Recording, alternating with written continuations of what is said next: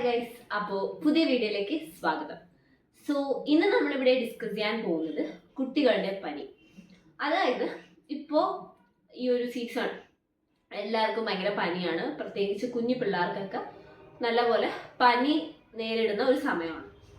So നമുക്കറിയാം, ഈ ശരിക്കും പറഞ്ഞാൽ ഈ പനി എന്ന് പറയുന്ന രോഗം അതൊരു പർട്ടിക്കുലർ രോഗം എന്നല്ല പറയുന്നത്. അത് ശരിക്കും പറഞ്ഞു കഴിഞ്ഞാൽ ഉള്ളിൽ എന്തെങ്കിലും ഇൻഫെക്ഷനോ അല്ലെങ്കിൽ ഇൻഫ്ലമേഷനോ ഉണ്ടെങ്കിൽ അത് നമുക്ക് ഉള്ളിലുള്ള ഇൻഫെക്ഷൻ അല്ലെങ്കിൽ ഇൻഫ്ലമേഷൻസ് നമുക്ക് എന്ത് ചെയ്യാൻ പറ്റില്ല, കാണാൻ പറ്റില്ല.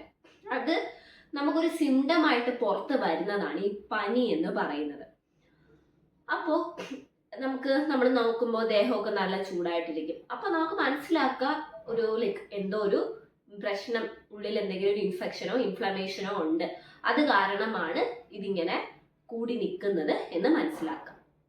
സോ നമുക്കറിയാം, വീട്ടിൽ ഇപ്പോൾ എല്ലാവരുടെ കയ്യിലും തെർമോമീറ്ററും അതുപോലെ തന്നെ പനി നോക്കുന്ന എല്ലാ സാധനങ്ങളും അവൈലബിൾ ആണ് ഇപ്പൊ എല്ലാ വീടുകളിലും. സോ നമ്മൾ ഈ കൈ വെച്ച് ടെമ്പറേച്ചർ നോക്കുന്ന ഒരു ഏർപ്പാടുണ്ട്. ശരിക്കും അങ്ങനെ നോക്കുന്നത് ശരിക്കും പറഞ്ഞാൽ ഒറിജിനൽ പനി അല്ല. അപ്പൊ നമുക്ക് ഹോട്ട് ഫീൽ ചെയ്യും. പക്ഷെ ശരിക്കും പറഞ്ഞാൽ പിള്ളേർ ഇപ്പോൾ പുറത്ത് പോയിട്ടൊക്കെ വരുമ്പോൾ ദേഹം ചൂടായിട്ടിരിക്കാവുന്ന സാധ്യത കൂടുതൽ. അപ്പൊ നമ്മൾ തൊട്ട് നോക്കി എന്നും പറഞ്ഞുകൊണ്ട് അത് ഒറിജിനൽ ഹോട്ടാണോ എന്ന് നമുക്ക് പൂർണ്ണമായിട്ടും പറയാൻ പറ്റത്തില്ല. പിന്നെ ഉള്ള ഇൻസ്ട്രുമെന്റ്സ് ആണ് നമ്മൾ തെർമോമീറ്റർ നമ്മൾ യൂസ് ചെയ്ത് നോക്കുന്നത്. ഒരുപാട് ടൈപ്സ് ഓഫ് തെർമോമീറ്റർ, ബേസിക്കലി വീടുകളിലുള്ളത് ഡിജിറ്റൽ തെർമോമീറ്റർ തന്നെയാണ്. അപ്പൊ നമ്മൾ ഡിജിറ്റൽ തെർമോമീറ്റർ നമ്മൾ യൂഷ്വലി അണ്ടർ ആംസിലാണ് വെക്കുന്നത്. അപ്പൊ നമ്മൾ ആംപിറ്റിൽ വെക്കുമ്പോഴത്തേക്ക് അതിൽ ഡിഗ്രി സെൽഷ്യസിൽ 37.7 എബോവ് ഉണ്ടെങ്കിൽ നമുക്ക് പനിയായിട്ട് കണക്കാക്കാം. അതുപോലെ ഡിഗ്രി ഫാരൻഹീറ്റിൽ 99 എബോവ് ഒക്കെ കാണിക്കുകയാണെങ്കിൽ അത് നമുക്ക് പനിയായിട്ട് കണക്കാക്കാം. ഇപ്പോൾ ശരിക്കും പറഞ്ഞാൽ വീടുകളിലൊക്കെ ചെറുതായിട്ടൊന്ന് പനിച്ചാൽ തന്നെ എല്ലാവർക്കും അറിയാം, ചെറുതായിട്ടൊന്ന് പനിച്ചു കഴിഞ്ഞാൽ പാരസെറ്റമോൾ എടുത്ത് കൊടുക്കും. അത് കുട്ടികളാണെങ്കിൽ സിറപ്പ് പോലത്തെ എന്തെങ്കിലും വീടുകളിൽ കാണും.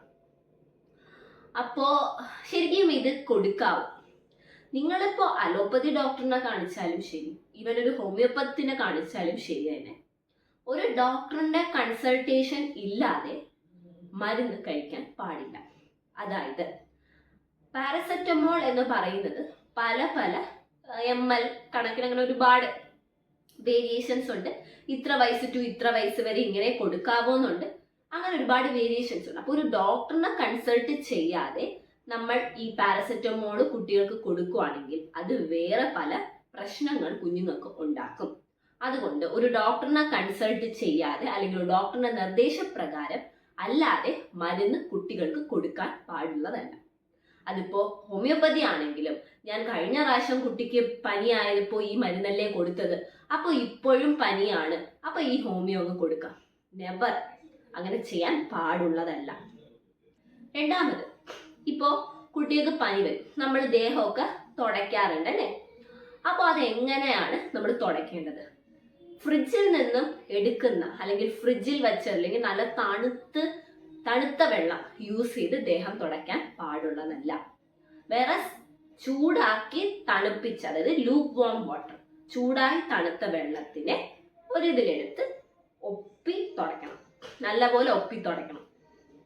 ഇങ്ങനെ ചെയ്താൽ അതിനൊരു ബെനഫിറ്റ്, നമ്മുടെ ദേഹത്തുള്ള ചൂട് മാറാനാണ് അത് ചെയ്യുന്നത്, എങ്കിൽ മാത്രമേ ഒരു ബെനഫിറ്റ് ഉണ്ടാവത്തുള്ളൂ. പിന്നെ മൂന്നാമതൊരു കാര്യം പറയുവാണെങ്കിൽ, ഈ ഒരു പനി സമയത്ത് കുട്ടികൾ ഭക്ഷണം കഴിക്കില്ല അല്ലെ? അവർക്ക് ഈ പനി ഉള്ള സമയത്ത് ഇവരുടെ മെറ്റബോളിസം ഭയങ്കര കുറവായിരിക്കും. അപ്പൊ ശരിക്കും ഡൈജഷന് വേണ്ടിയിട്ടുള്ള ഒരു മെറ്റബോളിസം അല്ലെങ്കിൽ എന്തെങ്കിലും കഴിക്കാൻ വേണ്ടിയിട്ടുള്ള ഒരു മെറ്റബോളിസം അവരുടെ ബോഡിയിൽ ഉണ്ടാകത്തില്ല. അപ്പൊ അവർക്ക് വിശപ്പ് ഫീൽ ചെയ്യത്തില്ല. അതുകൊണ്ട് നമ്മൾ നിർബന്ധിച്ച് അടിച്ചു പിടിച്ചൊന്നും ഭക്ഷണം കൊടുക്കാൻ പാടില്ല. അവർ വിശന്ന് നമ്മളോട് ചോദിക്കും, അപ്പൊ മാത്രം കൊടുത്താൽ മതി. ഇനി വെള്ളം, ആ കുട്ടികള് ഡീഹൈഡ്രേറ്റ് ആവാതെ നമ്മൾ നോക്കണം. അപ്പോൾ ഇടയ്ക്ക് ഒരു റെഗുലർ ഇന്റർവെൽസ് വെച്ചിട്ട് പ്ലെയിൻ വാട്ടർ, പിന്നെ ഈവൻ പ്ലെയിൻ വാട്ടറിനെക്കാളും ഏറ്റവും നല്ലതാണ്, ക്ഷീണമൊക്കെ ഉണ്ടെങ്കിൽ വളരെ നല്ലതാണ് കരിക്കും വെള്ളം. അതുപോലെ തന്നെ